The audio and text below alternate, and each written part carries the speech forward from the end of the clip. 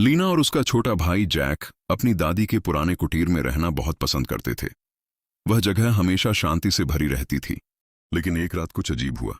सब कुछ रोशनी के बुझने से शुरू हुआ।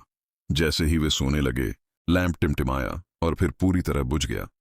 फिर एक एक करके घर की सारी लाइट्स बंद हो गईं। केवल बाहर चांद की हल्की रोशनी थी।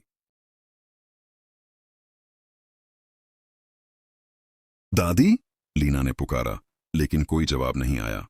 जैक ने लीना का हाथ पकड़ लिया। कुछ गड़बड़ है। लीना ने टॉर्च उठाई और नीचे जाने लगी।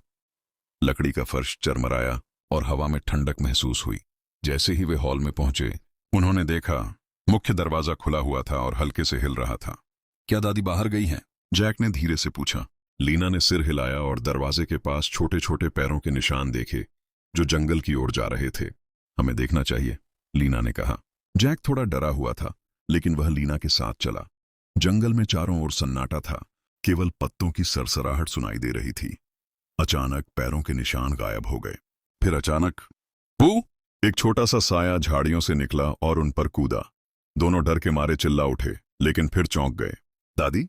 लीना ने राहत की सांस लेते हुए पूछा। दादी हंस रही थीं। उनके हाथ में एक लालटेन थी। माफ करना बच्चों, मैंने तुम्हें डराने का इरादा नहीं किया था। मुझे लगा कुछ गड़बड़ है।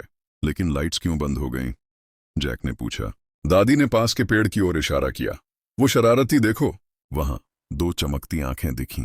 फिर एक शरारती रैकून तार का एक टुकड़ा घसीटता हुआ भाग गया। लीना और जैक हंसने लगे। रैकून ने हमारी लाइट्स बंद कर दी? दादी ने सिर हिलाया। शायद उसे चमकती चीजें पसंद हैं। वे घर लौटे और बिजली ठीक कर दी। बिस्तर पर जाते हुए जैक मुस्कुराया। ये तो सबसे मजेदार एडवेंचर था। लीना मुस्कुराई।